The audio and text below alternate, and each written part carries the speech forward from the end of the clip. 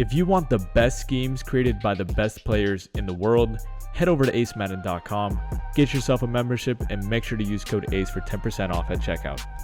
What's up, guys? It's your boy Ace from acemadden.com, and today I'm going to show you guys one of the best plays in the game for running a 2-minute drill. This is something that if you have it in your playbook, you definitely need to start using it. And if you have a custom, 100% add it to your custom. So we're going to be going over a play out of Stack Y Off Week. And the play is called Bench Switch. You can find this play in the Colts, Rams, Steelers, and Texans playbook. So I know a lot of people use the gun bunch out of Colts. The Rams are starting to gain a lot of traction. That's the playbook I'm in currently in practice mode. I'm actually in the Colts playbook when I actually play games. But Bench Switch is going to be the play. And what we're going to do is talk about two different setups. So when you use this for the first time, you're going to want to set it up this way. You're going to want to streak Y. That's going to clear out all the deep zones for you. And then you want to block your tight end. So the tight end's not super important on this play. The only way to take away the money route, which is our stack corner, is pretty much to zone drop it or to user it.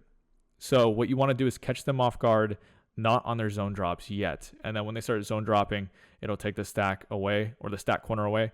And then we start counter adjusting. So what we're going to do here is we're going to be looking for Chris Godwin. And this is the perfect route in a 2-minute drill because it's a deep play. You have a chance for a rack and you can get out of bounds. So let's say there's 1 minute left. You have no timeouts and you need a big play and to get out of bounds. These kind of plays are priceless. Man coverage is going to get cooked most of the time. I will say man coverage does a decent job against it. But flat zone. Okay, so right here, he got stuck.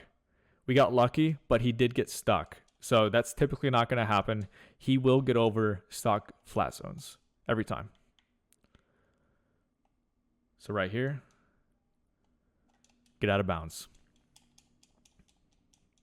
Keep running this setup a few more times. And then we'll talk about the counter adjustment.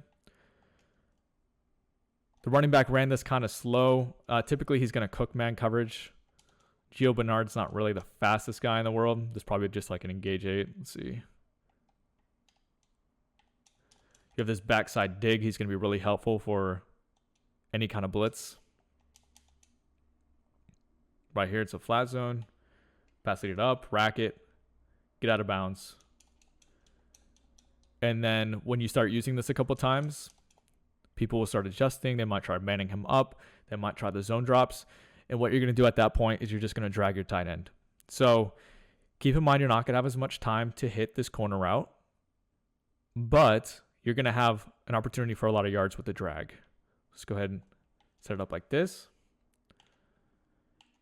You would have gained probably 15 to 20 yards on that drag if they were zone dropped. So you're going to see right now, we can't zone drop this flat zone right now because practice mode doesn't allow it. But this guy is not zone dropped, and we still got roughly 10 yards. Well, he broke a tackle, but we would have gotten about 10 yards on a known zone drop. And if he was zone dropped, it would have been roughly 15 to 20 yards on a drag. Now, of course, the drag can be usered. That's totally possible. See how you don't have quite as much time when they do blitz you? That's why I prefer the block tight end setup, but it's nice to have this counter adjustment. So right here, this is going to be open a lot. Get out of bounds if you need to. And the only route that I wouldn't really recommend throwing in a 2-minute drill is that dig route, unless you have a timeout, because he's going to be going to the middle of the field. So if you don't have a timeout, the gain really isn't worth the time that's going to run off the clock. So just keep that in mind. You have to be kind of smart. I'd rather just throw this and then get out of bounds this way. So that's pretty much the play, guys. I know it's very simple, but like I said, these kind of plays are priceless. Having plays that can get huge gains while also getting out of bounds. I mean, that kind of stuff wins you games because you basically get an extra score on the board as opposed to maybe not. So like at the end of the first half or something. Good shed by Grady Jarrett, I think. So let's say you have 30 seconds left in the first half, no timeouts. This kind of play can get you in a field goal range. Just like that. So that's the play, guys. I hope you enjoyed it. If you did, please drop a like. It really helps my channel out.